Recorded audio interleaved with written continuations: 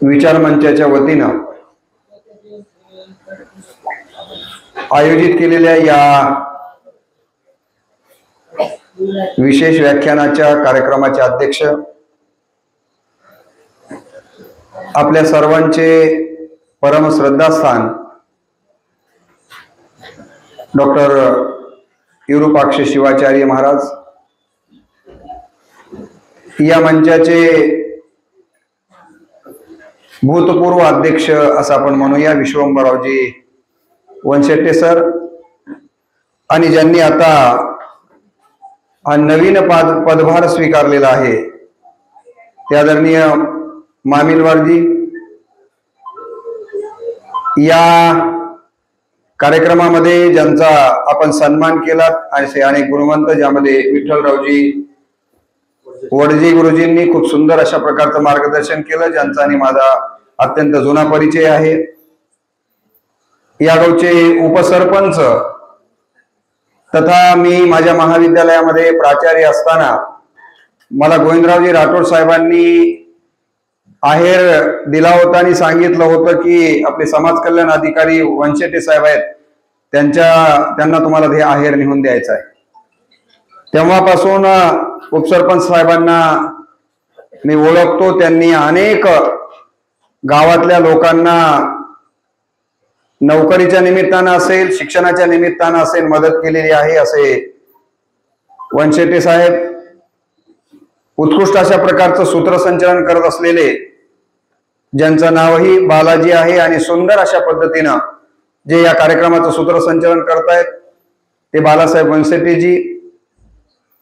माझे गुरु, ज्यांच्यामुळे मी इथं उभा आहे, ते प्राचार्य डॉक्टर नागोराव कुंभार सर, आणि कुंभार सरांसारख्या व्यक्तिमत्वाच्या सहवासात असणारे आणि आपल्या मानवता विचार मंचाचं आपल्या सगळ्यांचे आधारवड, त्यांच्याही नावामध्ये बालाजी आहे असे लिंगणवार साहेब. मला या संस्थेमध्ये पितृतुल्य आणि सतत मार्गदर्शन करत असलेले आदरणीय संग्राम मस्कले गुरुजी, मंचावरती उपस्थित असलेले प्राध्यापक पावडे सर, पोलीस पाटील साहेब, आमच्या मेडिकल क्षेत्रातल्या दोघीही भगिनी, ज्येष्ठ मान्यवर या ठिकाणी उपस्थित आहेत. आणि हा सगळा कार्यक्रम आपण जगाच्या पातळीवर जिथं जिथं मराठी माणूस असेल आणि ज्याला मराठी कळते त्या सगळ्यांच्या पर्यंत कारला गावचा कार्यक्रम, ज्यांच्या माध्यमातून आपण युट्यूबच्या पोहोचवणार आहोत. आणि हे युट्यूबचं रेकॉर्डिंग करत असलेले आपल्या गावातील प्रसिद्ध कीर्तनकार भागवतरावजी, आमच्या मायबोली मराठी परिषदेचे विद्यमान अध्यक्ष प्रकाशजी पवार सर, या गावचे सुपुत्र आणि माझे जुने मित्र शिवाजी कारलेकरजी, आणि उपस्थित असलेल्या सर्वच ग्रामस्थ बंधू आणि भगिनींनो, वेळ बराच झालेला आहे आणि मला आईवर बोलायला सांगितलंय. आईवरची जवळपास माझी बरीचशी भाषणं माझ्या रामकृष्ण बदने या युट्यूब चॅनलवरती आहे, आणि म्हणून मला असं वाटतं की आता एकदा आईवर बोलायला लागलो तर मला 1, 1.5, 2 तास लागतात. आणि खरं तर हा कार्यक्रम केवळ आईवर बोलण्यापुरता मर्यादित केला तर खरं म्हणजे तुमच्यावर अन्याय होईल, मानवता विचार मंचावर देखील अन्याय होईल. आणि म्हणून मानवता विचार मंचाची जी त्रिसूत्री आहे, त्या त्रिसूत्रीबद्दल 2-2 मिनिट बोलून मग मी आईवर आलो तर ते संयुक्तिक ठरेल. तुम्हाला माहिती आहे की या ठिकाणी या त्रिसूत्रीमध्ये पहिलं त्यांनी हे सांगितलेलं आहे की निर्व्यसनी बना. मानवतावादी विचार मंच, मला वाटतं की मराठवाड्यामध्ये, महाराष्ट्रामध्ये असा विचार मंच मी पाहिलाही नाही, ऐकलाही नाही की जिथं 60 वर्षाच्या वरची ज्येष्ठ मंडळी, ज्ञानानं, अनुभवानं, कर्तृत्वानं असलेली मंडळी गावोगाव जातात आणि स्वतः सगळ्यांच्या दरवाजामधनं फिरून सांगतात की मुलांना शाळेत पाठवा, निर्व्यसनी राहा, माणूस म्हणून जन्माला आला तर माणसासारखं ज्ञान मिळवा.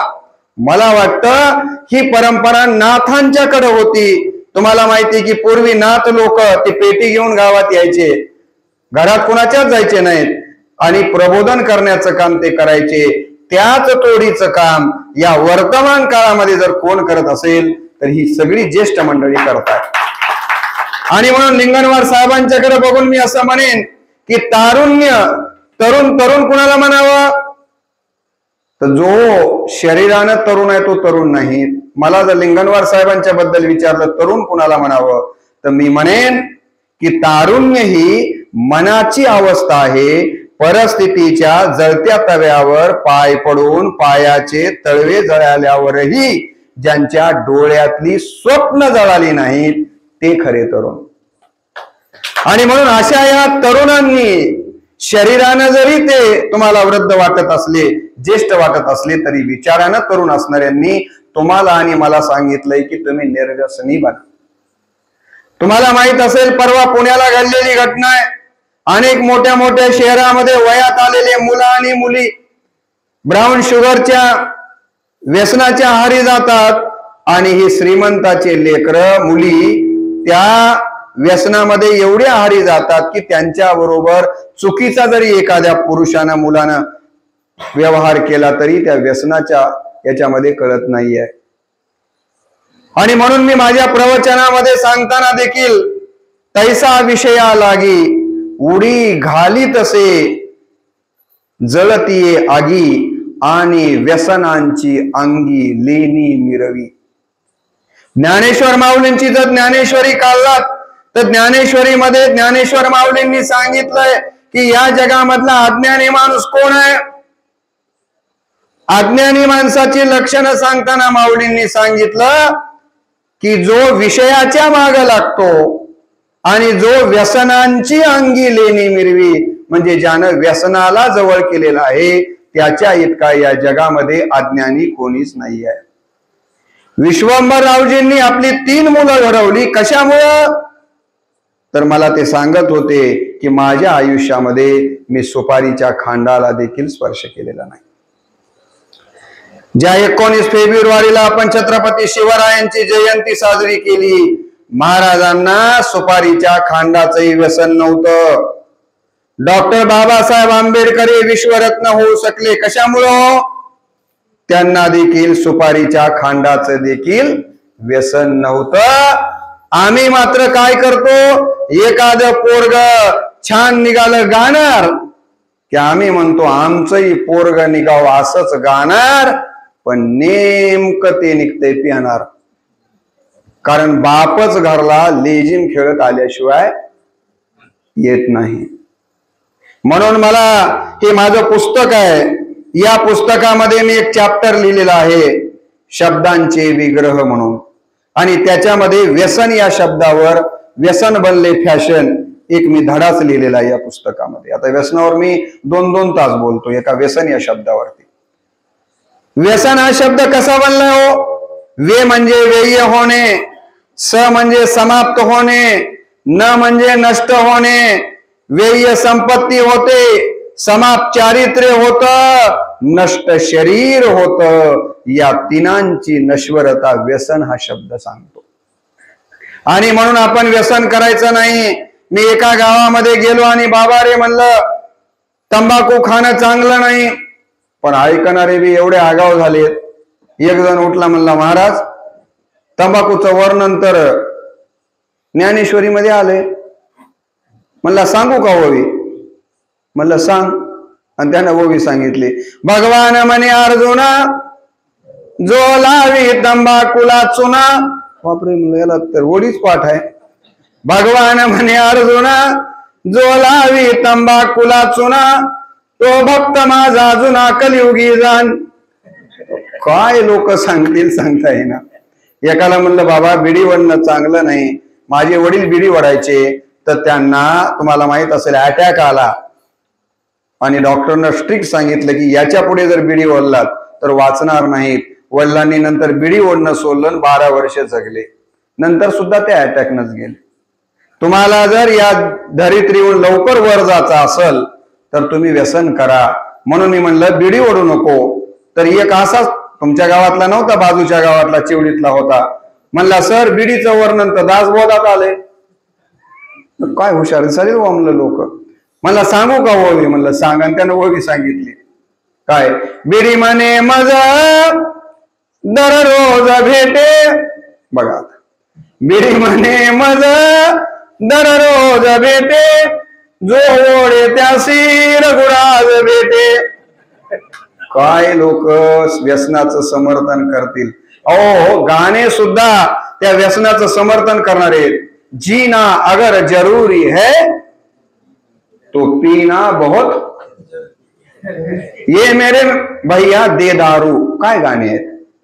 खर तर आपण सिनेमामध्ये बघा, ते हिरो हिरोईन काय करतात, बालाजीराव, व्यसन करताना दाखवलं जातं. म्हणून मला वाटतं की या सुद्धा गोष्टींच्या वरती सिनेमा असो, फक्त खाली लिहिलेलं असतंय धूम्रपान शरीर केली हानिकारक आहे, वर सगळं चाललेलं असतं.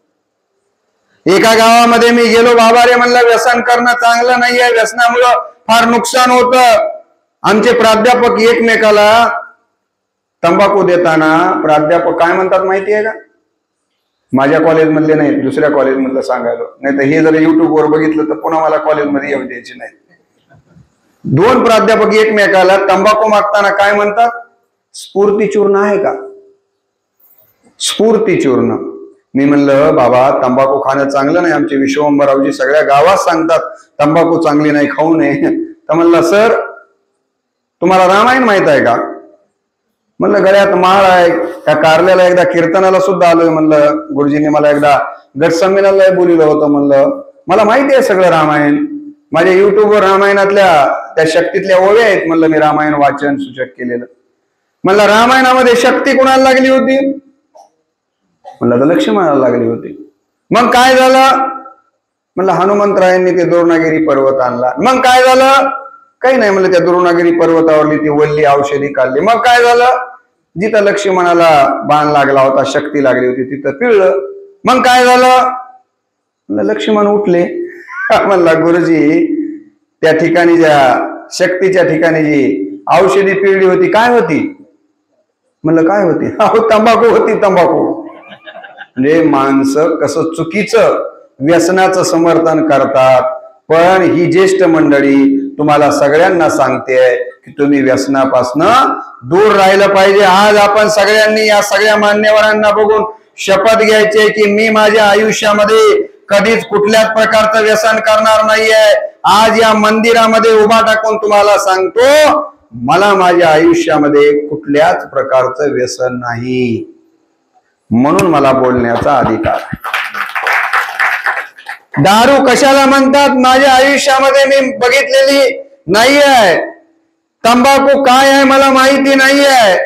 आणि मी जे इथपर्यंत येऊन पोहोचलो, लिंगणवार साहेबांनी सांगितलं, माझ्या वडिलांनी बिडीचं व्यसन केलं कारण त्यांना काम करावं लागत होतं. पण माझ्या आई वडील अशिक्षित होते, पण त्यांना शिक्षणाचं महत्व समजलं होतं. तुम्हाला देखील तुमच्या कारला गावातली जर मुलं मोठी बनवायची असतील तर शिक्षणाचं महत्व लक्षात आल्याशिवाय तुम्हाला मोठं होता येणार नाहीये. मला माझ्या वडिलांची एक आठवण होते, ते सांगून मी आईकडे येतो. तुम्हाला माहिती नसेल म्हणून सांगतो, माझे वडील आणि आई कोरडवाहू शेतकरी होते. शेतामध्ये आमच्या लातूर जिल्ह्यामध्ये तिफनवर पेरायला जातात. वडील त्या शेतामध्ये पेरायला जायचे आणि त्यांच्या पाठीमाग मोग्यावर आम्ही तिघं भाऊ त्या टिपणीच्या माग पेरायला असायचो. दोन तीन वर्ष बघितलं तर काय दिसलं मला, आमचे शेजारी आमच्याकडे 5 काकऱ्या सारून पेरत होते आणि आमचे, मी वडिलांना अण्णा म्हणतो, अण्णा मात्र शेजाऱ्याला काहीच म्हणत नव्हते. माझं तरुण रक्त होतं.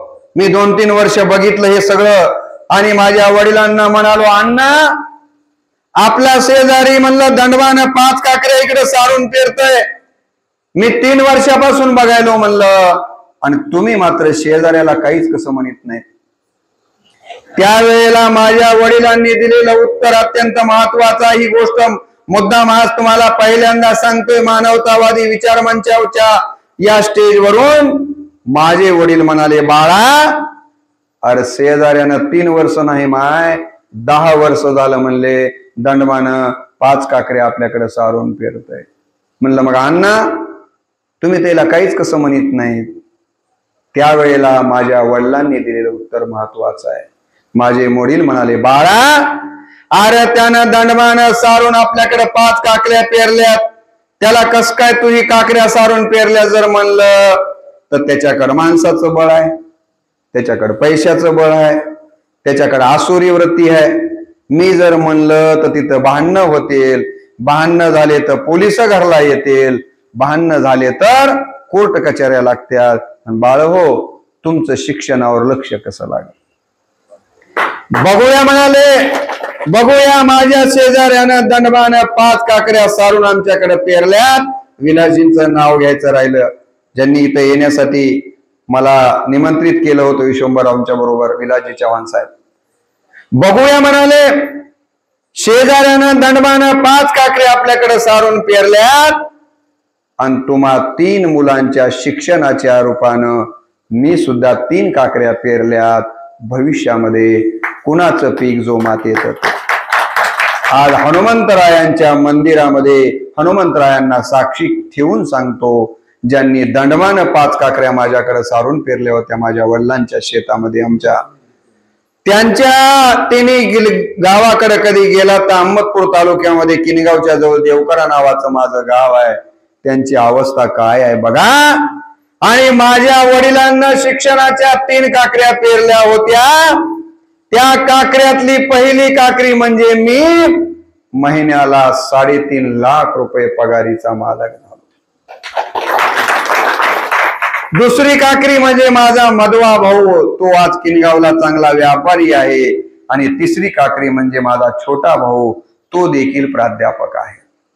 एका कोरडवाहू शेतकऱ्याच्या लक्षात आलं की शिक्षणाच्या काकऱ्या इतका दंडमाच्या काकऱ्यात काही महत्व नाहीये. आणि म्हणून आम्ही इथे येऊन पोहोचलो. शिक्षण किती महत्वाचं आहे हे पहिल्यांदा लक्षात घ्या. मस्कले सर, मी जेव्हा शिकायला होतो, घरची अत्यंत गरिबी होती बघा. माणसं काही आभाळातनं खाली पडत नाहीत, ती जमिनीतनं उगवत नसतात मायावा. तुम्हाला 9 वारीमध्ये बघितल्यास मला देखील माझ्या माईची आठवण झाली. माणूस काही एकदम श्रीमंत होत नाही. माझी गरिबी तुम्हाला सांगायलो. आज मला महिन्याला किती पगार आहे तुम्हाला सांगितलं, पण हाच बदने नावाचा मुलगा जेव्हा मी 8व्या वर्गाला शिकायला होतो आणि माझ्या शेजारी पिंपळदरी नावाचं गाव आहे सर, त्या गावात भंडाऱ्यामध्ये नुकतीचा भंडारा आहे म्हणून कळालं पोलीस पाटील साहेब, तर 3 दिवस उपाशी.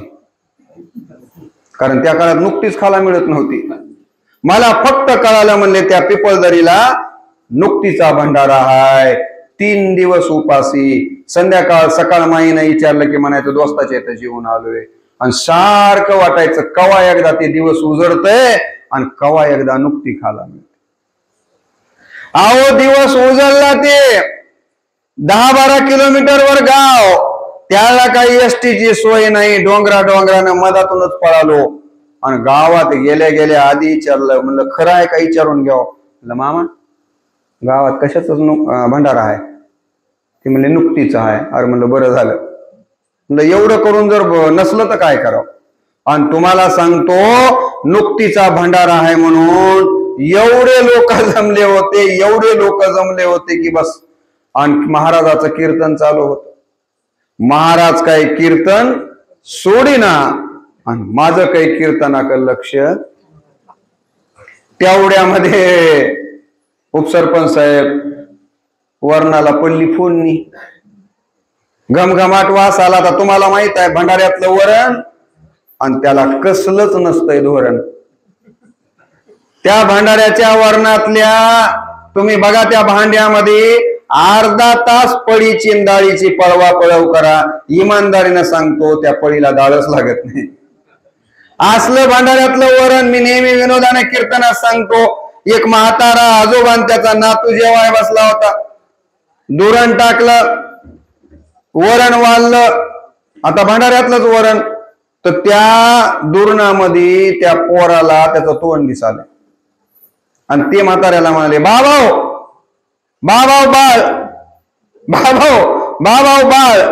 ते म्हातारा म्हणलं, बाळा ते न हो बाळ, ते आहे भांडाऱ्यातली डाळ. आता असल्या वर्णाला फोडणी पडली आणि घमघमाट वास आला आणि वाटू लागला आता जावण महाराजाची गच्चीत धराव. म्हणलं सोडता सोडून. महाराजाला वाटलं एवढे लोक भागवतराव आपल्यासारख्याला माणसं दिसल्या सोडू वाटणं. ते काही सुटना. तेवढ्यामध्ये कस तरी जे इटल झालं. जे इटल झाल्या झाल्या पंक्तीत धरा म्हणावं का नाही, तिथंच मंडपात असं तोंड करून बसलो. एक जण म्हणलं अरे ते खालचं उचलू तर दे की. मला वाटलं कुठं पहिली पंगत संपली, नुकती संपली. तर तुम्हाला हे काही विनोद म्हणून सांगायलो नाही, शिक्षणाचं काय महत्व आहे लक्षात घ्या. आणि तसाच तिकडं तोंड करून बसलो. तेवढ्यामध्ये पातरवाळी टाकली, द्रोण टाकला, वरण चपाता वाढला. आता काही भंडाऱ्यामध्ये चपाती असते होय, हे एवढा रट्ट्याच्या रट्ट्या चपाता आणि टाकलं. माझं सगळं लक्ष कुणाकडे होतं मामेलवार साहेब? त्या नुकतीवाल्याकडे, बुंदीवाल्याकडे. पण नशीब एवढं माझं बेकार, पलीकडच्या पंक्तीमध्ये असा सटक्याच्या सटक्यान त्याची मोठी एवढी तसला माणूस नुकती वाढायला, माझ्या पंक्तीला जे आलं ते उगा असं एवढीच मोठी. म्हणलं 3 दिवस उपाशी आहो आणि आपल्याच पंक्तीला हे यावं. कस तरी करून त्यानं वाढीत गेलं. वाढल्यास पुंडलित हो द्यावं की नाही. खाणं सुरू केलं. काय खाला सर पहिल्यांदा मी? पहिल्यांदा नुकतीच हात केली. म्हणलं संपल्या दुसऱ्यांदा वाढील. माझ्या माया पहिल्यांदा नुकती खाली, दुसऱ्यांदा म्हणलं वाढीत येईल. पुढच्या पंक्तीतून दुसऱ्यांदा वाढीत गेलं आणि माझ्या पंक्तीमध्ये अर्ध्यात आलं होतं. तेवढ्यात गावात काही पुढारी असते. एक पुढारी म्हणलं डबल कशाला वाढायला सर, नुकती बायाच्या पंक्तीला राहायची नाही हो माग. आणि तुम्हाला काय सांगावं, पुन्हा काही नुकती खायला मिळाली नाही. डोळ्यात पाणी आलं आणि आईला जाऊन म्हणलं आई, म्हणलं असा 3 दिवस उपाशी होतो. आईच्या डोळ्यात पाणी आलं. आई म्हणली बाळा, तुझा मामा जसा शिकलाय का नाही. माझे मामा MD डॉक्टर आहेत, याला गंगाखेडला पुंडे साहेबासारखे हृदयरोग तज्ञ आहेत. आणि मी बघायचा मामा सप्त्याला दिवाळीला गावाकडे आले बालासाहेब की सगळं गाव डॉक्टर साहेब आले, डॉक्टर साहेब आले, डॉक्टर साहेब आले. मला वाटायचं आपल्या मामाला किती किंमत आहे, आपल्याला तेवढी किंमत मिळेल का. मग आमचे आजोबा म्हणायची पोरं हो, तुम्हाला बी एवढीच किंमत मिळते बघा, इमानदारीनं तुम्ही शिका.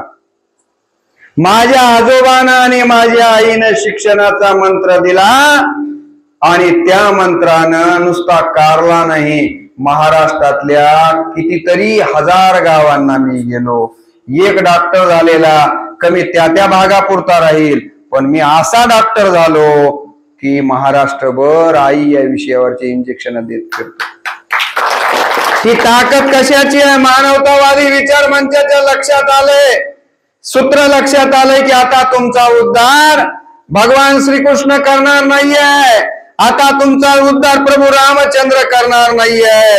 या 21व्या शतकामध्ये विठ्ठलराव गुरुजींनी सांगितल्याप्रमाणे तुमचा उद्धार जर कोण करणार असेल तर शिक्षण करणार आहे. आणि म्हणून सगळ्यांनी शपथ घ्यायची की मी शिकणार आहे. आणि हे संस्कार तुमच्या मनावर कोण करतंय हो? तुमच्या घरात असलेली तुमची आईच करते, आईच करते. आणि आईचं महत्व भागवतराव मी पहिल्यांदा तुमच्या गावामध्ये सांगाय आलोय असं नाहीये.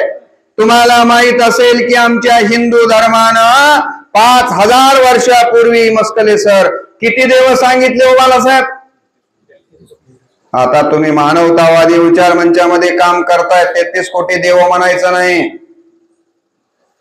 कारण आताची पिढी ही विज्ञान आणि तंत्रज्ञानाची पिढी आहे. या काळात जर तुम्ही 33 कोटी देव म्हणलात तर आपल्याला लोक येड्यात काढतील. पोरं एवढे कुठं देव असतात का म्हणून असं नाही सांगायचं. आता जर आपल्याला कोणा विचारलं की आमच्या हिंदू धर्मानं भारतीय संस्कृतीनं 4-5 हजार वर्षापूर्वी किती देव सांगितली म्हणून, तर आपण म्हणायचं आमच्या उपनिषदानं 5 देव सांगितली. किती देव सांगितली? 5 देव सांगितली. त्यातला पहिला देव सांगितला मातृदेवो भव. दुसरा देव सांगितला पितृदेवो भव, तिसरा देव सांगितला आचार्य देवो भव, चौथा देव सांगितला देवो देवो भव आणि पाचवा देव सांगितला अतिथी देवो भव. फक्त हिंदू धर्मानं सांगितलं असं नाही बरं मायावा. मी बौद्ध धर्माचा अभ्यास केला. बौद्ध धर्मामध्ये गौतम बुद्धांनी देखील काय सांगितलं? गौतम बुद्ध म्हणाले मातु पितु उपठानम पुतदारस्य संग हो. या जगामध्ये आई वडिलांच्या सेवे इतकं कोणतीच सेवा श्रेष्ठ. मी इस्लाम धर्माचा मुस्लिम धर्माचा अभ्यास केला मायावा. मोहम्मद पैगंबरांनी त्या इस्लाम धर्मामध्ये सांगितलं माँ बाप राजी तो अल्लाह राजी. माँ बाप के चरणों के नीचे ही जन्नत है. स्वर्ग कुठं आहे? आई वडिलांच्या सेवेमध्ये स्वर्ग आहे. ख्रिश्चन धर्मानं ते सांगितलं. आमच्या ज्ञानेश्वर माऊलींच्या ओळीवर तर मी 500 प्रवचन केलीत सत्यामध्ये. आमच्या ज्ञानेश्वर माऊलींनी ज्ञानेश्वरीच्या 17व्या अध्यायामध्ये 207वी ओवी लिहिली आहे. कोणती ओवी आहे? सकळ तीर्थांची धुरे जिये का माता पितरे तये सेवेसी कीर शरीरे लोन कीजे. तुकाराम महाराजांना विचारलं महाराज आम्ही कोणत्या देवाची पूजा करावी हो? आम्ही कोणत्या तीर्थक्षेत्राला जावं हो? तुकाराम महाराज सांगा ना आम्हाला. ज्या अभंगावर मी अनेक कीर्तन केलेली आहेत तुकाराम महाराजांनी अभंग लिहिला कोणता? माय बाप केवळ काशी तेने नव जावे तीर्थासी पुंडलिके काय केले परब्रह्म उभे ठेले. तुका म्हणे माय बापे अवघी देवाचीच रूपे. आपल्या घरामधले आपले आई वडील हेच खरे देवाचे रूप आहे. आता फक्त एवढ्या मंदिरापुरते उदाहरण देतो. माझ्याकडे 100 पेक्षा जास्त उदाहरण आहेत. पहिलं मंदिर कुणाचं आहे? हनुमंतरायाचं आहे. या भारतामध्ये 2 ठिकाणं प्रत्येक ठिकाणी प्रत्येक गावात आहे. 2 ठिकाणं कोणते? एक स्मशानभूमी आहे आणि हनुमंतरायाचं मंदिर आहे का नाही? या हनुमंतरायाला एवढं महत्व का आले हो? कारण एकच आहे. हनुमंतरायासारखा पुत्र तयार होण्यासाठी अंजनी मातेनं तप केलं, संस्कार केले. तुम्हाला दरवेळेला हनुमंतरायाच्या जन्माच्या वेळेला एक अभंग म्हणतात. तुम्हाला पाठ आहे का? अंजनीच्या तपासाठी महारुद्र आले पोटी. हनुमंतरायासारखं लेकरू जन्माला आलं त्याचं खरं कारण जर काय असेल तर अंजनी मातेचं तप आहे. चला दुसरं मंदिर आम्ही आल्याला दर्शन घेतलं. कुणाची आहे तिकडे मूर्ती? विठ्ठल रखुमाईच्या मूर्ती आहेत. ते विठ्ठल जे आहेत ते कोणत्या देवाचा अवतार आहे? कोणाला माहिती आहे? विष्णूचा. पण त्याच्यातही कोणाचा आहे माहित आहे? भगवान श्रीकृष्णाचा. जरा लक्षात ठेवायचा. भगवान श्रीकृष्ण हे पंढरपूरला विठ्ठलाच्या रूपामध्ये आले. का आले? पुंडलिकासाठी परब्रह्म आले का? माहिती आहे तुम्हाला? पुंडलिक नावाच्या भक्तानं एवढी सेवा केली की त्या सेवेसाठी द्वारकेवरून भगवान श्रीकृष्ण पंढरपूरला आले. काय केलं पुंडलिकानं? काहीच नाही, आई वडिलांची सेवा केली. दुसरं उदाहरण आहे. या बाजूला तिसरं एक मूर्ती आहे, मंदिर आहे भगवान शिवांचं. तुम्हाला सगळ्यांना माहिती आहे, मी सांगत नाही. मी महाशिवरात्रीला भगवान शिवावर 3 व्हिडिओ टाकलेत. आता परवा 3 व्हिडिओ टाकले. शिवलीला अमृतातल्या नित्य पाठाच्या 42 ओव्या त्याच्यावरचा एक व्हिडिओ टाकलाय. आमच्या वारकरी संप्रदायामध्ये शिव महात्म्य कसं वर्णन केले त्याच्यावरचा एक टाकलाय आणि महाशिवरात्रीचं महत्व याच्यावर एक टाकलेला. तुम्हाला सगळ्यांना माहिती आहे की या पृथ्वीला प्रदक्षिणा घालण्याचं काय लागली होती? शर्यत लागली होती बालासाहेब. आणि या शर्यतीमध्ये विश्वंभररावजी पहिला नंबर कुणाचा आला? कुणाचा आला? उपसरपंचांनी सांगितलं या पृथ्वीला प्रदक्षिणा घालण्यामध्ये पहिला नंबर आला तो गणपतीचा, गणेशजींचा. का हो? कारण गणेशजींच्या लक्षात आलं आमच्या शास्त्रांना सांगितलंय की पृथ्वीला प्रदक्षिणा घातलेलं पुण्य तेवढंच आहे आणि आपल्या आई वडिलांना प्रदक्षिणा घातलं तरी पुण्य तेवढंच आहे. आणि म्हणून गणेशजींनी महादेव आणि पार्वती आपल्या आई वडिलांना प्रदक्षिणा घातली आणि त्यांचा पहिला नंबर आला. आला की नाही? आता या तिन्ही देवाचा इथंच आपण मंडपात असलाव असे माझ्याकडे हजार उदाहरण आहे. आई काय करते मी तुम्हाला सांगितलं. मी 6व्या वर्गामध्ये शिकायला होतो. आता एक 10-20 मिनिट बोलतो आणि थांबतो. आणि एके दिवशी अभ्यास करत बसलो होतो. माझे माय बाप हो, अभ्यास करता करता लाईट गेली. अभ्यास करता करता लाईट गेली. माझ्या माईनं दिवा लावून आणला, माझ्या जवळ ठेवला.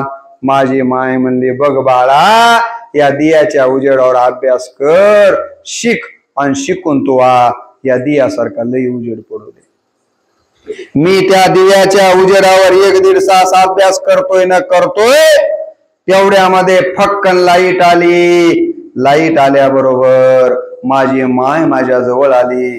तिनं माझ्या तोंडावरून डोक्यावरून हात फिरवला.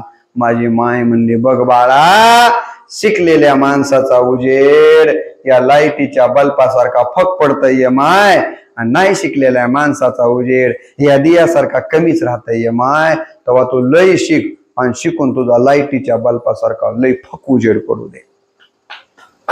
माझ्या आईनं 6व्या वर्गामध्ये अशिक्षित आईनं जो मला शिक्षणाचा मंत्र दिला, त्या मंत्रानं मला MA ला एवढी प्रोत्साहन मिळालं की त्यावेळेला औरंगाबाद विद्यापीठ, संभाजीनगर विद्यापीठ होतं 7 जिल्ह्यासाठी. तर त्या 7 जिल्ह्यामध्ये हिंदी या विषयात मी पाहिला आलो. त्याला गोल्ड मेडल म्हणतात. आणि इथं वसंतनगरला गोविंद राठोड साहेबांनी मला नोकरी दिली. ही ताकद कशाची आहे? तर मला वाटतं शिक्षणाची आहे. खरं सांगू मी का घडलो? माझ्या आईमुळे घडलो. विश्वंभरराव मी 10वीला होतो. चांगले मार्कानं पास झालो. त्यावेळेला आमच्या गावातले असेच तुमच्यासारखे उपसरपंचासारखे उपसरपंच, त्याला वाटलं पोरग हुशार आहे, आताच पकडून ह्याला पोरगी देऊ, सुरपंच जमव. उपसरपंचानं गुतविला आम्हाला. सुरपंच जमलं. माझ्या वल्लाला काय आनंद, काय आनंद. आपल्या पोराला उपसरपंचाची पोरगी ना आपल्या पोराला गरीबाला अप्रुगत वाटणार की हो. वडील माझे वारकरी संप्रदायातले होते. वडील म्हणले बाळा असा इस्त्री कर म्हणले नेहरूला की सकाळी जाता जाता कोणाला जर नेहरूची कळ लागली तर कापायला लागते म्हणले दंड. आणि माईला म्हणले हो असा नीर टाकून नेहरू धुई की सकाळच्याला उपसरपंचा येवाई म्हणून झकात दिसलो पाहिजे. रात्री माईनं नेहरू धुला. सकाळी आपल्याकडे होतं इस्त्री करायचं काम. गरीबाच्या घरात इस्त्री कशा आल्यात माय व्हा. वारकऱ्याचं घर काशाचा तांब्या होता. त्या तांब्यात कोळशे टाकले. त्या पडस काय त्याला म्हणते सांडसन म्हणा है की नाही, त्या कैचीनं धरलं आणि अण्णाच्या शर्टावर आमची इस्त्री चालू. अण्णा बाहेरच फिराले. झाली का रे इस्त्री, झाली का रे इस्त्री म्हणता म्हणता त्या शर्टावर असं फिरविता फिरविता तांब्या उचलला तर कडू भोपसाच निघाला. बॉक्सा निघाल्याबरोबर अण्णामध्ये आले, म्हणले झाली का इस्त्री. आणि बॉक्सा निघालेला बघितला. अण्णाच्या डोळ्यात पाणी आलं. म्हणले बाळा तुझी काय चूक आहे लेकरा, तुला काही कळालं नाही, राहू दे. कसा तरी दिवसभर आमच्या अण्णा खुश पोराला उपसरपंचाची पोरगी, माझ्या पोराला उपसरपंचाची पोरगी, माझ्या पोराला उपसरपंचाची पोरगी. पण गावात काही खेडे माणसं असते त्याला आमचं काही सोयरपण पटलं नव्हतं. त्या उपसरपंचाच्या बायकोला कोणतरी लावून दिलं होतं. अगं कुणाच्या घरी तुझ्या नवऱ्यानं पोरगी दिली या बसायला घर नाही आणि शेतात येत नाही. तिला वाटलं होतं हे सूर पण मोडावं. आता 10वीला काही आपल्याला लग्न करावं वाटतंय का? पण मायबाप खुश असल्यामुळे मी बी खुश होतो. दिवसभर आई वडील खुश आहेत म्हणून मी खुश. संध्याकाळला जाऊन बघतोय तर काय, आई घरामध्ये बसलेली आहे, जोरजोरानं रडायला लागलेली आहे. मी बघितलं आईला. अगं आई म्हणलं, माझे माय का रडतेस आई, काय झालं असं? आणि म्हणत म्हणत आईच्या जवळ गेलो. आईनं डोळे पुसत पुसत सांगितलं, बाळा लेकरा आत्ताच उपसरपंचाची बायको आलती रे, नको तसे बोलून गेली बाळा. मला 2 गोष्टीचं लय वाईट वाटलंय माय. म्हणलं काय वाटलं आई? अरे म्हणले, तुझ्या शिक्षणाची तिने थट्टा केली आणि आपल्या गरिबी बद्दल लय बोलली रे, मला लय वाईट वाटलं. मला आई काय म्हणली ती? म्हणली, तुझ्या पोरासारखे शिकलेले लेकर तर बस स्टँडला झाडू माराले तर, आणि तुझ्यासारख्याच्या असल्या गरीबाच्या घरी पोरगी देण्यापेक्षा मी उकंड्यात पुरून टाकीन. बाळा तुझ्या शिक्षणाची आणि आपल्या गरिबीची थट्टा केलेली लेकरा, मला खूप वाईट वाटायचं. तसाच आईच्या जवळ गेलो. आईच्या पायाला स्पर्श केला आणि म्हणालो, अगं आई, ज्या उपसरपंचाच्या बायकोनं आपल्या गरिबीची माझ्या शिक्षणाची थट्टा केली आहे, तुझ्या पायाची शपथ घेऊन सांगतो, एवढा शिकेन आणि असा मोठा होईल की उद्या त्या उपसरपंचाच्या बायकोला नाक रगडत यावं लागल आणि म्हणावं लागल, आमची चूक झाली, आम्हाला पदरात घ्या. कधीतरी आपल्याला राग आला पाहिजे. हो, मी हिंदीचा प्राध्यापक आहे भागवतराव, मी नेहमी सांगतो, कधीतरी आपल्याला राग आला पाहिजे. शर्म तो उसे आती है जो शर्म से शर्माता है, हम तो इतने बेशरम है कि शर्म ही हमसे शर्माती है. कधीतरी विठ्ठलरावजी राग आला पाहिजे कुठल्या तरी घटनेमुळं. मला राग आला. आईच्या पायाला स्पर्श केला आणि शपथ घेतली. या मंदिरामध्ये तुम्हाला शपथ घेऊन सांगतो, पेटून उठलो. 11वीला शाहू कॉलेजला गेलो, पण खेड्यातून गेलेला होतो, बिघडलो. 3 शो एकदाच बघायचे सिनेमाचे. 11वीला नापास. त्यावेळेला प्राचार्य होते कोण? जनार्दन वाघमारे सर. प्राचार्याला तर भेटायची ताकद नव्हती सर. उपप्राचार्य होते कावळे सर. ते म्हणले, बदने कोण आहे? बोलून घेतलं. म्हणले, नापास झालायस पण 11वीला तुला ढकल पास करताव, तुझ्यासारख्या विद्वानाची आम्हाला गरज नाही. निकाल बघून घरी आलो. आई वडील शेतामध्ये पेरणीचे दिवस असतात निकालाच्या वेळेला. माय बाप पेरायला होते. आईनं लांबूनच बघितलं. म्हणली, बाळा पास झालास की माय? म्हणलं, आई झालो म्हणलं पास, पण माय आपण त्या लातूरला शिकाय राही ना म्हणलं. अजिबात राही ना म्हणलं. का? त्या मास्तरायली शिकविताची आहे ना म्हणलं. आता आपले कारनामे कोण सांगायले? त्या मास्तरायली काही शिकविताची आहे ना, मी काही राहीना. पण माय म्हणली, बाळा अजून किती पुस्तकं शिकले म्हणजे माय तुला नोकरी लागती आहे?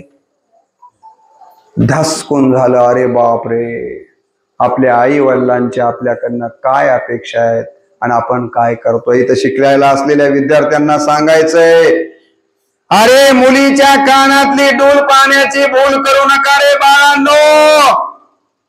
कधीतरी घरी जा. तुमचे मायबाप शेतामध्ये काबाड कष्ट करतात रे. त्या माईला शेतात काम करताना तिच्या पायाला भेगा पडल्यात माझ्या लेकरांनो. आणि भेगा पडलेली माय बाज तुटक्या झोपली. अरे त्या भेगा पडलेला मायेचा ते पाय तुमच्या तळहातामध्ये घ्या आणि त्या तळहातामध्ये घेऊन त्या भेगाकडे बघा आणि म्हणा, माया माय पुढे फिके, माया माय पुढे फिके, समदे देऊळ राऊळ, तिच्या पायाच्या चिऱ्यात माहे अजंता वेरूळ, तिच्या पायाच्या चिऱ्यात माहे अजंता वेरूळ. बाळांनो, कधीतरी आई वडिलांच्या गरिबीची आठवण ठेवा. आणि मी ठरवलं, नाही म्हणलं आता शहरामध्ये शिकायला जायचं नाही, आता गावातच राहायचं शिकायचं. 12वीला महात्मा गांधी महाविद्यालय अहमदपूरला शिकायला ऍडमिशन घेतलं. 12वीला माझं गाव अहमदपूर पासून पश्चिमेला 19 किलोमीटर आहे. दररोज बसणं यायचं आणि दररोज बसणं जायचं. माझ्या गावापासून 1 किलोमीटरवर गावाची पाटी आहे. मस्कले सर आलेत गावाला. तर मी घरातून निघालो की पाटीपर्यंत जाताना लिंगणवार साहेब मुद्दे पाठ करत जायचा. एकही मिनिट वाया घालायचा नाही. बस स्टँडला गेलो, 10-1 लोक बसलेले असले तर लोकात बसायचा नाही, बाजूला बसायचा. आणि एसटीच्या पुढे पुढे आलो की गावातला एखादी पोटारी म्हणायचं, ए दत्त्याच्या पोरा काय करलास? मी म्हणलं 12वी आर्टाला हाव. अरे म्हणले कुणब्याचं कार्ट आणि घेतलंय आर्ट. बाप लोकाच्या घरी लाकडं तोडायलाय, रोजगार करायलाय आणि मस्त बसणं शान किसात फिरायलास. काय कलेक्टर होणार आहेस का? बापाला मदत कर. धस्कन व्हायचं. अरे बाप रे, किती लोकांच्या मनातल्या भावना आहेत बघा. आपण शिकलं पाहिजे.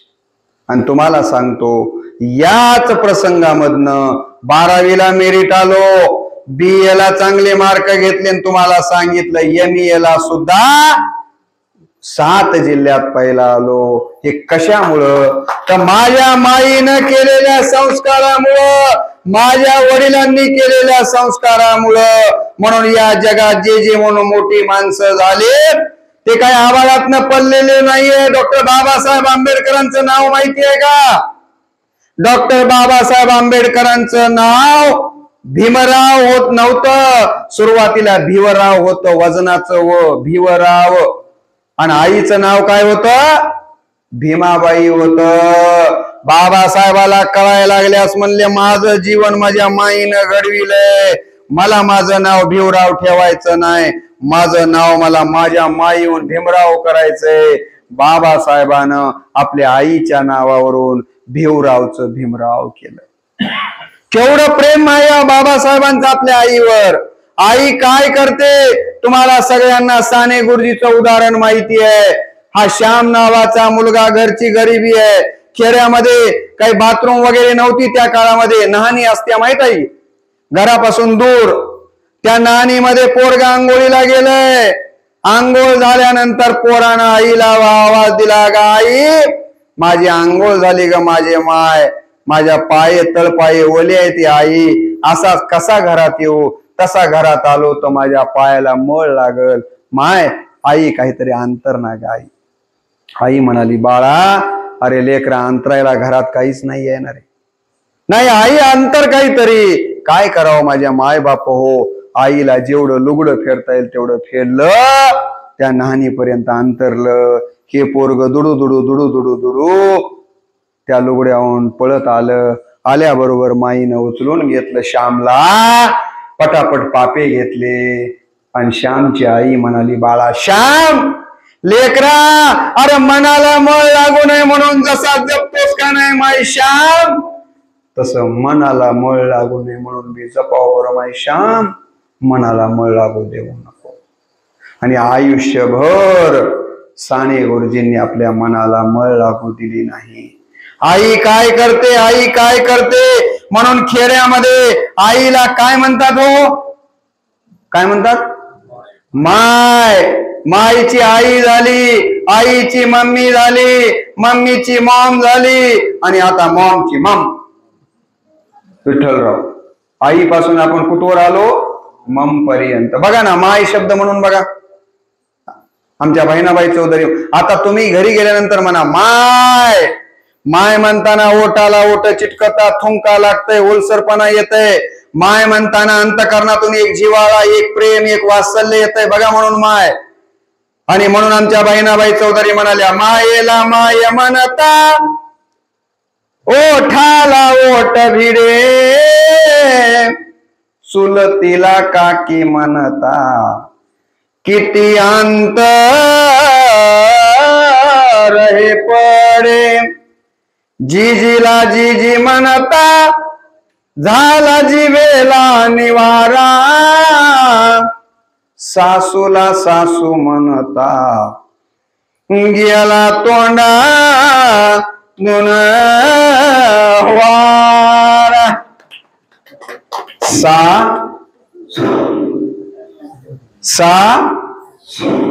एखाद्या मोटरसायकलच्या पुढच्या टायर मध्ये खिळा घुसावा हवा जाते, सा पण मायेला माय म्हणता ओठाला ओठ विडे चुलतीला काकी म्हणता किती अंतर हे परे. शब्द उगेच बनले नाहीत या पुस्तकात, मी प्रकरणच लिहिलंय. उग शब्द बनलेले नाहीत. शब्द बनलाय माय. कसा बनला? मा म्हणजे मातृत्व, ये म्हणजे यज्ञ. मातृत्वाचा यज्ञ जिच्या ठिकाणी सदोदित सुरू असतो तिला माय म्हणतो आपण. शब्द म्हणला आई, हा म्हणजे आत्मा, ही म्हणजे ईश्वरत्व. ईश्वरत्वाचा आत्मा जिच्या ठिकाणी असतो तिला आपण आई असं म्हणतो. शब्द म्हणलाय महिला, म म्हणजे महत्वाकांक्षी, ही म्हणजे हिताकांक्षी, ला म्हणजे लाजरी. शब्द म्हणलाय भारत, भा म्हणजे तेज, रथ म्हणजे प्रेम करणारे, तमसो मा ज्योतिर्गमय, तेजावर प्रेम करणारी माणसं ज्या देशात राहतात त्याला आपण भारत म्हणतो. शब्द बनलाय शिक्षक, शी म्हणजे शिस्त, क्ष म्हणजे क्षमता, क म्हणजे कर्तव्य पार पाडण्याची भावना. शब्द बनलाय गुरुजी, गु म्हणजे गुणात्मकता, रु म्हणजे रुजविणे, जी म्हणजे जीवनात, जीवनात गुणात्मकता रुजवितो त्याचं नाव गुरुजी. शब्द बनलाय मास्तर. कसा बनला शब्द? जिनके पास माँ का स्तर होता है उसे मास्तर कहते हैं. कसा शब्द बनलाय सासू. कसा बनला शब्द? विश्वंभरराव उगीच बनला नाही. सासू, सा म्हणजे सारख्या आणि सू म्हणजे सूचना. जी बाई घरामध्ये सारख्या सूचना देते तिचं नाव. मग एका सूनने विचारलं, म्हणले सर सून म्हणजे काय? थोडा विचार केला, म्हणलं खरंच सून कसा शब्द बनला असेल? सू म्हणजे सूचना, न म्हणजे नको नको. जिला सूचना नको असतात, सूचना नको, तिचं नाव. मग मला यशवंत कॉलेजला नांदेडला एका पोराने विचारलं, म्हणले सर सासरा म्हणजे काय? बघा शब्द कसे बनले. बाप हा शब्द बनलाय, उगच बनला नाही. मी बापावर 200 भाषणं दिली. बाप, बा म्हणजे बाहेर, प म्हणजे पडणारा. आपल्या वयात आलेल्या मुलीचं योग्य वेळी योग्य स्थळ म्हणून लग्न व्हावं ही जबाबदारी पार पाडण्यासाठी पहाटे 5 पासून रात्री 11 पर्यंत बाहेर पडतो तो.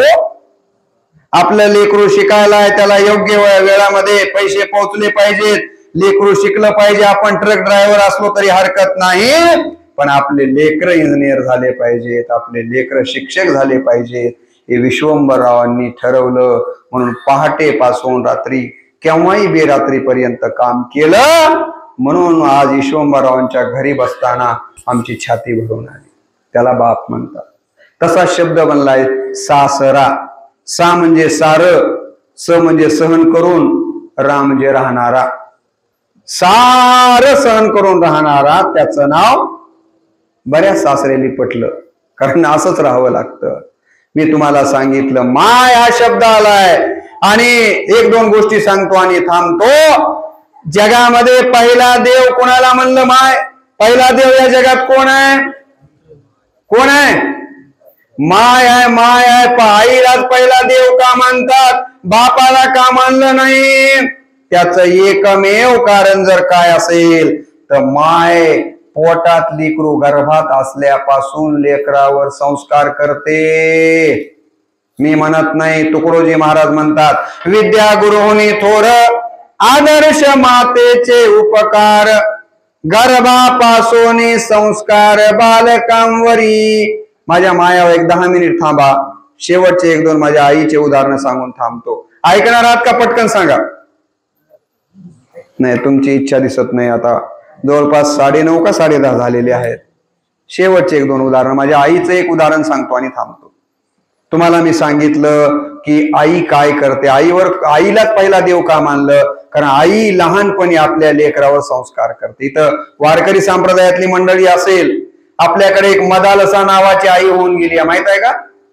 या मदालसा नावाच्या आईनं लेकराला पाळण्यात टाकलंय.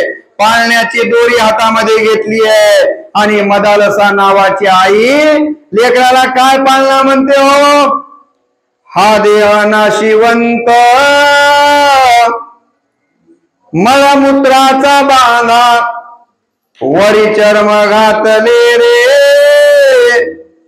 क्रमी कीटकाचा सांदा रव रव दुर्गंधी रे अमंगळतेचा बांधा स्मरे तो हरिहरा शरण जाई गोविंदा परियदे मदालसा सोंदो रे बाळा परियदे मदालसा सोंदो रे बाळा मदालसा नावाच्या आईनं लेकराला पाळण्यात टाकलंय पाळण्याची दोरी हातामध्ये घेतली आणि मदालसा म्हणते बाळा लेकरा 84 लाख योनीचा फेरा फिरून माणसाचा जन्म मिळाला ये माय काहीतरी चांगलं करून मरावं रे मेल्याच्या नंतर लोकांनी आपलं नाव घ्यावं।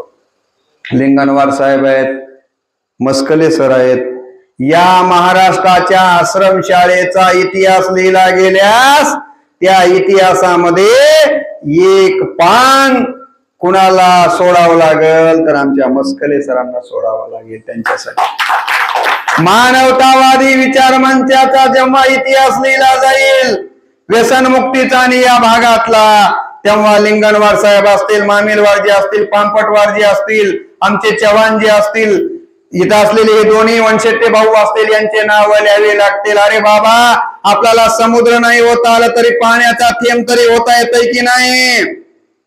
मदालसा म्हणते बाळा माणसाचा जन्म एकदाच मिळालाय रे लेकरा काहीतरी चांगलं करून मरावं रे। विठ्ठलरावनी देखील त्यांच्या गुरुजींनी बोलण्यामध्ये सांगितलं खरंच विठ्ठलराव माणसानं काहीतरी करून गेलं पाहिजे। तुमच्याबद्दल बघा बाळासाहेब म्हणाले की ज्यांच्यामुळे मी नोकरीला लागलो एवढाही शब्द ऐकायला मिळाला तर आपण धन्य होतो। नाही तर आमच्या गावाच्या शेजारी एक होतो पिदाडू दररोज पिऊन यावं गुरुजी आणि रस्त्यानं म्हणावं या म्हणावं एकाच्या आता पुढचं कशाला सांग। मी एके दिवशी आईला म्हणलं गा आई ते शेजारच्या गावातलं माणूस म्हणलं रस्त्यानं कसलंही बोलतोय म्हणलं गावातलं कुणीच काही म्हणणार। माझ्या माईनं त्याला म्हणले बाळा ह्याच्यावर दगडन अंगावर शितुडा आता कशाला सांगू ह्याच्यावर दगडन अंगावर शितुडा पण म्हणले माय शिशुपाळाचे ते म्हणले 100 गुन्हे होईपर्यंत माफ झालं पण 100वा गुन्हा झाला की त्याचंही बुडालच की म्हणले ह्याचं बी कवा तर होईलच की म्हणले त्याच्या कोणला आदार लागाव बाळा पण होईल म्हणले। म्हणून दुसरंच वर्ष उजळलं पिऊन पिऊन असं झालतं दोघं चौघ पिणाऱ्याची टोळीच होती गावामधून वडा वाहतय धो धो पाऊस पडत होता ह्या पिणाऱ्याचं एकूण एकाची झटापट झाली आणि गावात शिव्या देत फिरत होतो त्याला ढकलून दिलं त्याने वाहत्या पाण्यामध्ये गेलं ते वाहून खाली तळ्याला खाली आणि गावातल्या बाया दोहायला गेल्या तळ्याला आणि बघत्यात तर काय ह्याचं मड तंगून आले बायाने बघितलं पळतच गावात आल्या आणि म्हणल्या फलानं पिदाडू मेलं तर गावकऱ्यांनी पोळ्या करून खाल्ल्या बरं झालं म्हणले गावातली ब्याद गेली। मी मेल्याच्या नंतर जर गाव पोळ्या करून खात असेल तर कशाला आईच्या पोटाला जन्माला आलो आपण। काय गाणे होते बघा पूर्वीच्या काळचे आमच्यावर संस्कार करणारे गाणं होतं जिंदगी एक किराए का घर है एक न एक दिन बदलना पड़ेगा मौत जब तुझको आवाज देगी घर से बाहर निकलना पड़ेगा आखिर तन्हे खाक मिलेगा क्यों फिरत से मगरूरे में। मला एवढे भजन येतात की उजळून जाईल बरं एवढे भजन येतात। मला सांगायचं एकच होतं मदालसा म्हणते बाळा काहीतरी चांगलं करून मरावं रे। मला देखील इथं उपस्थित असलेल्या कारल्यामधल्या तुम्हा सगळ्या बंधू भगिनींना सांगायचंय शिका शिका म्हणजे काय शिकून काय माईला विमानतळावर नेऊन सोडायचं शिकायचंय होय। अकोल्याला घडलेली घटना आहे शिका पण चांगलं शिका। मानवतावादी विचारानं चारित्र्य हा शब्द टाकलाय मध्ये अकोल्याला घडलेली घटना आहे बाप मेला पोरग इंग्लंड मध्ये होतं बापाच्या अंत्यविधीला आलं 4 दिवस राहिलं माईला म्हणलं आई आता एकटीच कशी राहतीस माझे माय चल माझ्या बरोबर तू बी इंग्लंडला राहिला पण माय अण्णा तुझ्या नावावर जे घर आहे शेत आहे ते कशाला ठेवायचं इकूत आपण। जगात कोणती माय असेल हो जी विश्वास करणार नाही। आई म्हणली बाळा हरकत नाही। माईनं आपल्या नावावरलं घर शेत सगळं विकलं पोरानं पैसे घेतले आईला म्हणलं बा आई चल आता आपण मुंबईच्या विमानतळावर जाऊ आणि इंग्लंडच्या विमानाचं तिकीट काढू आणि जाऊ आपण। आईनं सकाळी सकाळी भाकरी बांधून घेतल्या होत्या, बाळाला लवकर जेवायची सवय आहे म्हणून रात्रभर प्रवास केला माईनं लेकरानं. सकाळी 7 वाजता मुंबईच्या विमानतळावर पोहोचल्या पोरग म्हणला, आई इथं बस, मी इंग्लंडच्या विमानाचं तिकीट काढून येतो. आई म्हणाली, बाळा तुला लवकर जेवायची सवय आहे माय लेकरा, 2 पोळ्या बांधून आणल्या, भाकरी बांधून आणल्यात, खाय की माय 2 पोळ्या. म्हणलं, आई आत्ता आलो मी. पोरग जे इंग्लंडच्या विमानाचं तिकीट काढून आणायला गेलं माझे माय बाप हो, 8 वाजले, 9 वाजले, 10, 11, 12 वाजले, पोरग परत नाही. माईला वाटलं माझं बाळ सकाळपासून उपाशी आहे, लेकराला किती भूक लागली असेल, काय झालं असेल माझ्या लेकराचं. डोळ्यात पाणी आलं, इकडं तिकडं बघू लागली. बाजूला एक खाकीवाला माणूस दिसला तिथं, त्याच्या जवळ गेली, म्हणली, साहेब मो लेकरू 8 वाजता इंग्लंडच्या विमानाचं तिकीट काढायला गेलंय व आणखीन परत आलं नाही, माझं बाळ कुठं गेलं असेल. तो माणूस म्हणला, आई इंग्लंडचं विमान तर 9 वाजताच गेलं की, आणि माझं बाळ, तुमचं बाळ बी गेलं. कल्पना करा, ज्या माईनं हाडाची काढ करावी, रक्ताचं पाणी करावं माय बापानं लेकराला शिकवावं, आणि लेकरू शिकून मोठा अधिकारी झाल्याच्या नंतर माईला विमानतळावर सोडून जर निघून जात असेल तर धिक्कार आहे अशा शिक्षणाचा. मी नेहमी सांगतो, क्लास 1 अधिकारी होण्यापेक्षा क्लास 1 माणूस व्हायला शिका. घराच्या समोर कार असण्यापेक्षा संस्कार असणं महत्वाचं आहे. पोरग गेलं निघून, माझ्या बाळानं एवढ्या 2 तरी भाकरी खाल्ली असते की माय, असं कसं गेलं लेकरू माझं, असं कसं गेलं, म्हणून आईला खूप वाईट वाटलं. 9 वारी लुगड्यातली माय होती, कमळातली 100ची नोट काढली व माईनं त्या साहेबाचे असे बुटासहित पाय धरले, आपलं एवढं मोठं कपाळाचं किंकू त्याच्या बुटावर पुसलं, 100ची नोट बुटावर ठेवली, पाय धरले, आणि माय म्हणले, साहेब हे 100 रुपये घ्यावं आणि मला कोणत्या तरी मंदिराच्या पायरीवर नेऊन सोडावं, मी तिथं जाऊन भीक मागून तरी पोट भरन. तिथं जाऊन मी भीक मागून तरी पोट भरन.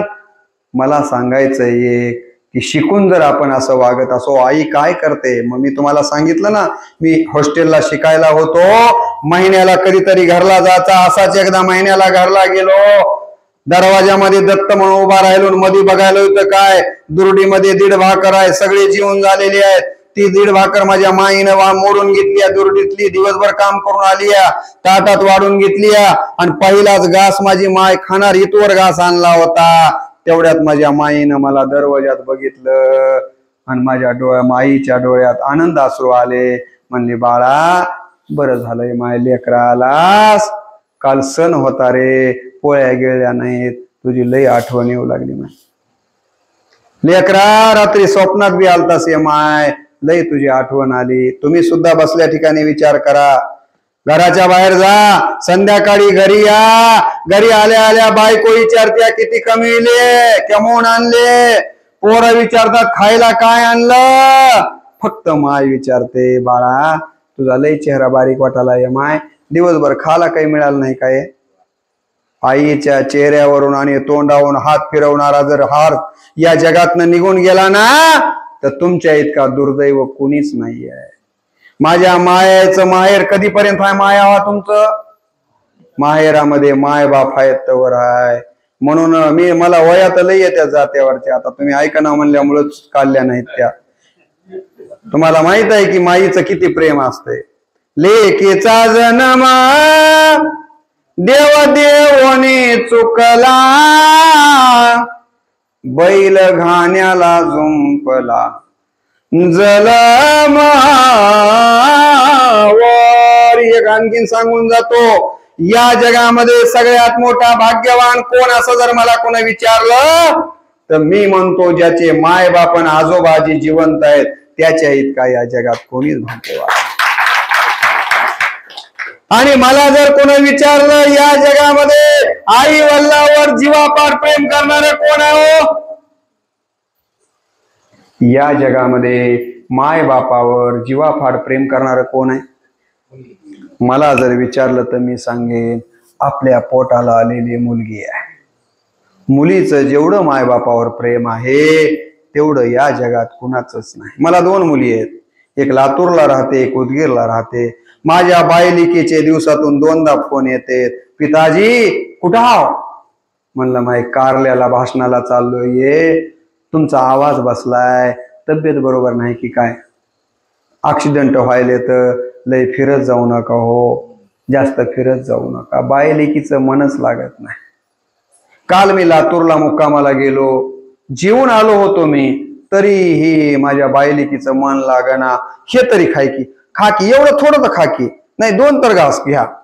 मला खाऊ घातल्याशिवाय माझी माय झोपली नाही. माईच्या नंतर आपल्यावर जीवापाड प्रेम करणारा जर कोण असेल तर ती मुलगी आहे. आणि म्हणून मुलीचा गर्भ म्हणून तपासू नका आणि तिला मारू नका. कारण ज्याच्या पोटाला मुली आल्या त्याच्या इतका या जगामध्ये भाग्यवान कोणीच नाही हो, कोणीच नाही. पण उगच माणसं पोरग झालं की पेढे वाटते, घ्या पाटील पेढा, का वंशाला दिवा, थमकी म्हातारा झाल्यास तुझी दाढी जाळते का नाही बघतीस दिवा. पण मुलीचं प्रेम काय आहे, मुलीचं प्रेम काय आहे तुम्हाला कितीतरी सांगण्यासारखं आहे. लेकीचा जन्म जसा गाजराचा वापा, येड्या तू माय बापा, पाणी देऊन काय नापा. लेकीचा जन्म कोण्या घातला येड्या देवा, ज्याच्या पोटी जन्म घ्यावा त्याची घडना मला सेवा. शाळेच्या मास्तराला देऊ केला मी साळी भात, नका छडी मारू माझ्या बाळाचा कवळा हात. माईवरच्या किती वव्या आहेत.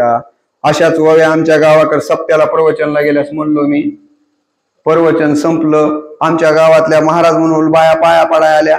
म्हणल्या गुरुजी किती दिवस सुट्टी आहे? म्हणलं काम आहे. नाही म्हणले लग्नामध्ये जात्यावर ओव्या म्हणायला बायाच मिळणार झाल्या. म्हणलं घ्या ठेवून आता इथंच. काय लोक सांगतील. आणि आता बघा ना, मी तुम्हाला म्हणलं छत्रपती शिवरायांची जी जयंती झाली, माझी जाऊन भाव शिवबाला पाळण्यात टाकून काय पाळणा म्हणला होता, तू जागसी कारे वाया, निज रे निज शिवराया, बघ निजल्याना तशाच घाटा खाली, कोकणच्या चवदा चाली, बघ निजली ना 12 मावळ पेट, शिवनेरी जुन्नर पेट, तो तिकडे सिद्ध जमान, हा इकडे आपल्याला खान, पलीकडे मुलुक मैदान, हे आले रे बाळा तुझ सिद्धराया, निज रे निज शिवराया. बाळा शिवबा, तुम्ही लहान आहे तोपर्यंत आराम करून घ्या. मोठं झाल्यानंतर तुम्हाला मुघलांच्या विरोधामध्ये रात्र जागून काढायचे हे संस्कार कोण केले हो? शिवबा, तुम्हाला बाया नाचवणार व्हायचं नाहीये, बाया वाचवणार व्हायचं हे संस्कार कोण केले? बा शिवबांना जाणते राजे श्रीमान योगी बनवण्याचं काम कोण केलं? माझी जाऊननी केलं. आई काय करते म्हणून तुम्हाला सांगितलं ना. आता मम्मीचा पाळणा आलाय लिंगणवार साहेब. मम्मीचा पाळणा ऐकायचा आहे का? ऐकायचंय? तुमचं कसं चाललंय? दोघं रस्त्यानं चालले होते, कोणाचाच परिचय कोणाला नव्हता, आणि चलता चलताना एकाना दुसऱ्याला विचार म्हणले आपला परिचय, म्हणला डॉक्टर हो, मग द्या की इंजेक्शन. तसं चलू द्या, पण आता जास्त चलू देत नाही. बघा तुम्हाला मी सांगितलं की आताच्या मम्मीचा पाळणा, पहिल्या दिवशी फिल्मी दरबारी आला वंशाला बाळक तरी, अमिताभ बच्चन पहिल्या अवतारी, जो बाळा जो रे जो. दुसऱ्या दिवशी आली हो रेखा, जया बच्चन घेते बाळाचा मुका, श्रीदेवी देते बाळाला झोका, जो बाळा जो रे जो. पण आमची मदालसा म्हणते बाळा अरे माणसाचा जन्म एकदाच मिळालाय, काहीतरी चांगलं करून म्हणावं. मी तुम्हाला आईचं माझे उदाहरण देत होतो. अगं म्हणलं आई 1.5 भाकर आहे म्हणलं, वाढून घेतलीस माझी माय. तुला भूक लागला असेल ना गाई, तू जेव ना गाई, तू जेव ना गाई. त्यावेळेला आईनं दिलेलं उत्तर अत्यंत महत्वाचं आहे. माझी माय म्हणाली, बाळा खरं सांगू का लेकरा, माझं पोट भरलंय रे लेकरा, माझं पोट भरलंय रे लेकरा. मी म्हणलं आई अगं तू तर एकही घास खाल्ला नाहीस माझे माय, तुझं कसं काय पोट भरलं. त्यावेळेला माझ्या आईने दिलेलं उत्तर महत्वाचं आहे. आई म्हणाली, बाळा खरं सांगू का लेकरा, तुला बघितलं माझं पोट भरलं. लेकराला बघितल्याबरोबर पोट भरणार या जगामध्ये जर कोण असेल तर ती आई आहे. मी नुसत्या आईच्या ओव्या म्हणायला लागलो. आईवरचे बाबासाहेब आंबेडकर, महात्मा गांधी, लाल बहादूर शास्त्री उदाहरणं द्यायला लागलो. तो उजळतंय आणि आता उजळावं या मताचा मी नाहीये. तुम्हाला एवढीच विनंती करतो की आपल्या आई वडिलांना आयुष्यामध्ये विसरू नका. मी सांगतोय, माझी जबाबदारी तुमच्यापेक्षा जास्त आहे. मी जर सांगून तसं वागत नसेल तर मी संत साहित्यावर प्रेम करणारा माणूस आहे. सगळ्यात वाईट जो नरक आहे त्या नरकात सुद्धा मला जागा मिळणार नाहीये. पण आईची सेवा करायचं म्हणजे तिला पाळणा करा असं मला म्हणायचं नाहीये. सेवा म्हणजे काय हो, आपल्या लेकराची कीर्ती. आता मी जेव्हा प्रवचनाला जातो आई समोर बसलेली असते. लोक सगळे म्हणतात, माय वचा काय लेकरू आलंय ग माय तुझ्या पोटाला. झाली तीच सेवा. तिच्या अंतकरणाला आनंद देणाऱ्या गोष्टी करा. ती आजारी असेल तर त्या आजाराच्या काळामध्ये तिला आधार द्या. बोलताना जरा चांगले शब्द बोला. येताना घेऊनी आलास काय, जाताना घेऊनी जाशील काय. नको अभिमान धरू भल्या मानसा, राजा रंक आले गेले, त्यांनी सोबतीला काय ओ नेले. नको आता लय गीत मोठा आहे. तर फक्त आई वडिलांची सेवा म्हणजे हीच आहे. त्याच्यामुळे आई वडिलांना विसरू नका. माझ्यासह आपण सगळ्यांनी हा संकल्प करावा. मानवता विचार मंचानं मला आणखी नांदेडला जायचे, जेवण करायचं राहिलेलं आहे. आमच्या गाडीच्या ड्रायव्हरला मी 10चा वेळ सांगितला होता. खूप वेळ झालाय, त्यामुळे आता जास्तीचं न वाढवता तुमच्या सगळ्यांच्या चरणी नतमस्तक होतो आणि माझ्या आईची आठवण असलेली एक कविता सांगतो. जोरदार टाळ्या होऊ द्या आणि थांबतो. कष्टाचं जीन जगून हिरव सपान बघायची, डोळ्यामध्ये नसता पाणी तरी माय रडायची, जात्यामध्ये नसता दाणे तरीही माय दळायची. कष्टाचं जीन जगून हिरवा सपान बघायची, उन्हाळ्याचा दिसाला ऊन कडक पडल, अनवानी हातान मायन दगडान टोपल भरल, अंगामध्ये नसता अवसान तरीही माय टोपलं उचलायची. कष्टाचं जीन जगून हिरवा सपान बघायची, पावसाळ्याचा दिसाला पाणी पडत चळंधार, साळ निंदणी करून माय रात्रंदीन बेजार, दिस मावळताना घरी परतताना माय आंबाड्याचा पाला वरबडायची. कष्टाचं जीन जगून हिरवा सपान बघायची, हिवाळ्याचा दिसाला थंडी पडली कडक, सुगी गेली मनोनी मायन धरली सडक, अंगामध्ये नसता शक्ती तरीही माय गिट्टी फोडायची. कष्टाचं जीन जगून हिरवं सपान बघायची. भैया बोलतानाचा एक फोटो घ्या आणि तुम्ही सगळ्या पब्लिकचा एकदा घ्या. तुम्हाला सांगू, मला माझ्या कोरडवाहू शेतकरी वारकरी संप्रदायातल्या बापाची आठवण होते. इथं टोपीवाले मामा बघितल्यानंतर 5-6 वर्षाखाली माझे वडील गेले, त्यांची आठवण होते. हाडकुळ्या हातान बा नांगर हाकायचा. माझ्याकडे लक्ष द्या. हाडकुळ्या हातान बा नांगर हाकायचा. 3.5 हाताचा हा देह झिजवायचा. चिरलेल्या भाच्या पायाला माय फाटका पदर बांधायची.